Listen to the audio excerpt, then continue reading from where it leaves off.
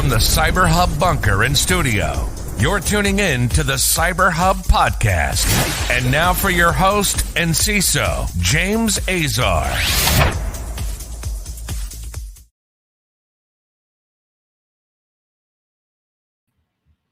Hey everyone. Well, good morning. Happy Monday. It's Monday. Everything that could possibly go sideways has gone sideways. We've got a new format for you today, folks. Check it out. I think you'll get more screen of the story, less of me, and I'm okay with that because really I'm just on the bottom side of this one. If you're watching us live on LinkedIn, Facebook, YouTube, Twitter, or Twitch, good morning. Happy Monday. I hope you had a great, long, enjoyable holiday weekend. No big breach stories over the weekend, which is significant for a lot of folks. Really significant considering the last few years have been just sinking with news over the weekends. We typically come away and go, oh, another one and another one and another one. Outside of GoDaddy, we really had nothing major go on. We do have a bunch of stories coming to you today. So a lot of patches, a huge Interpol operation over the weekend, netted 1,000 cyber criminals off the market. That's significant. That's a huge punch in the stomach to cybercrime and a great deterrent. We'll talk about some ideas of how do we leverage that to create even more deterrence against our own organization and a lot more on today's show. Before we get started, though, a big shout out to KnowBe4 for their support of our program. Without them, the show would not be possible.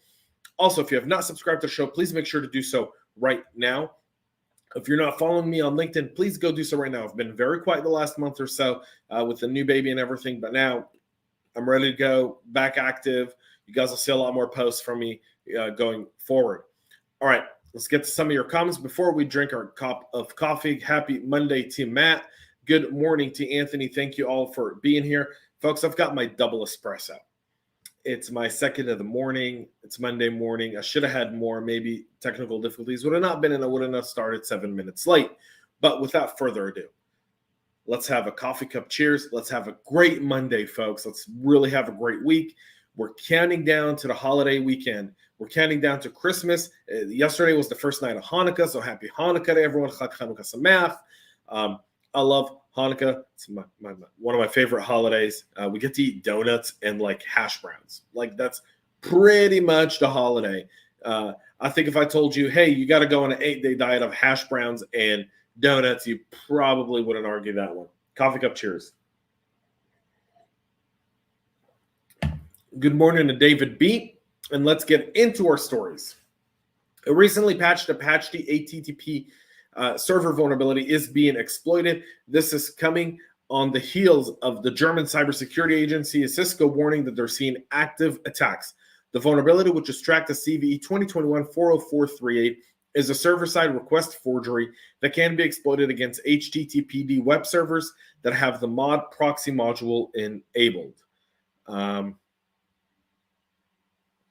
An attacker can leverage this critical flaw using a specially crafted request to cause the module to forward the request to an arbitrary origin server. The issue was identified by Apache HTTP security team while investigating a different vulnerability that affects versions 2.4.48 and earlier, and it was patched in mid-September with the release of version 2.4.49 by sending a specially crafted request.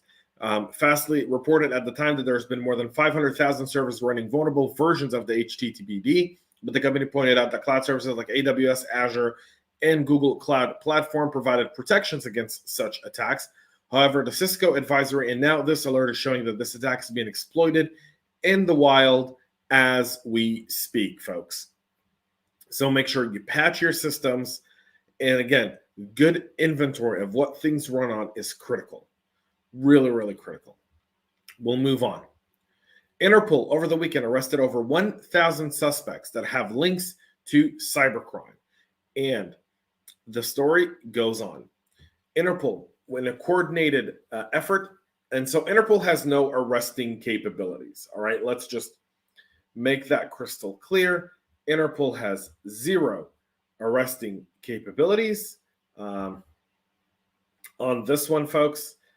And what Cisco is essentially saying here, what Interpol is essentially saying here, whoa, like I am all over the place. is that over this month, over this time period, there's been a crackdown on a 4-month action codenamed Operation Haichi 2, which took place in 20 countries between June and September. Those countries were Angola, Brunei, Cambodia, Colombia, China, India, Indonesia, Ireland, Japan, North Korea, Laos, Malaysia, Maldives, Philippines, Romania, Singapore, Slovenia, Spain, Thailand, and Vietnam.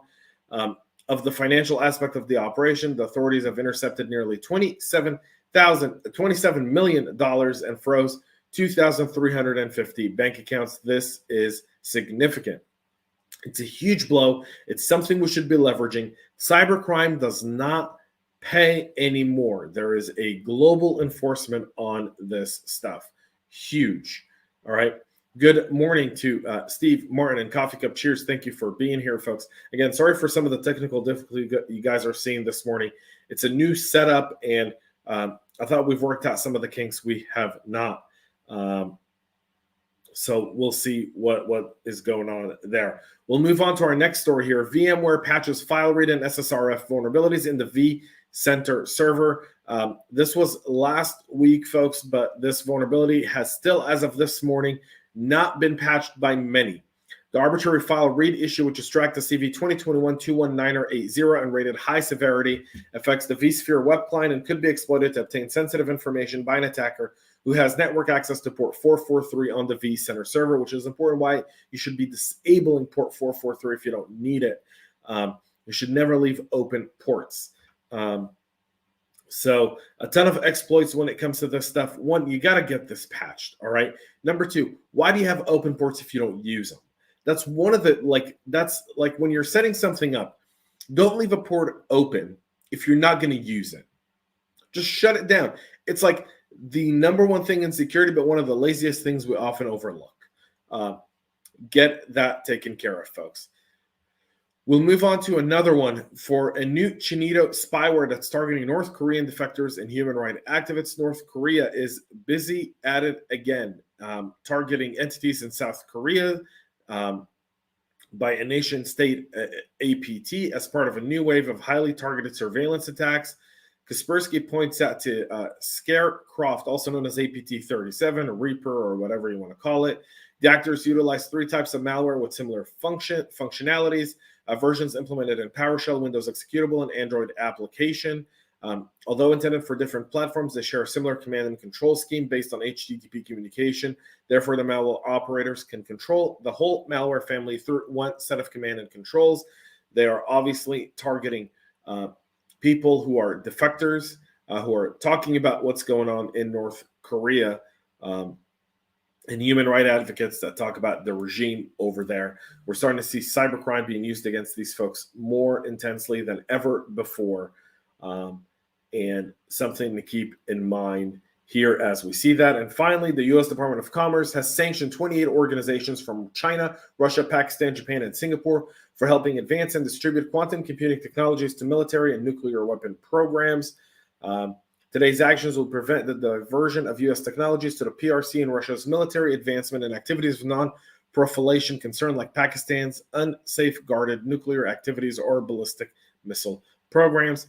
28 organizations, most of them coming from China and Pakistan, just show you exactly what we need to know about our adversaries and where they're going with quantum computing, which is a significant risk to anyone in security. If you're not already architecting and engineering against quantum, if you're already not looking at it, you're going to wake up to a very, very harsh reality. There's been 8 Chinese companies, supercomputing organizations that the U.S. sanctioned previously.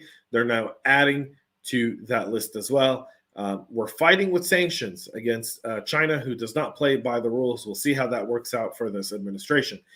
Eddie, good morning from Big D. Question just found on HSA. When bankrupt as a China company to hold 9.9 in Deutsche Bank, paid $6 billion for distributor Ingram Micro, 20% for Hill. Does anyone think of cyber? You know what? I'm not sure. I haven't read too much about this one, Eddie.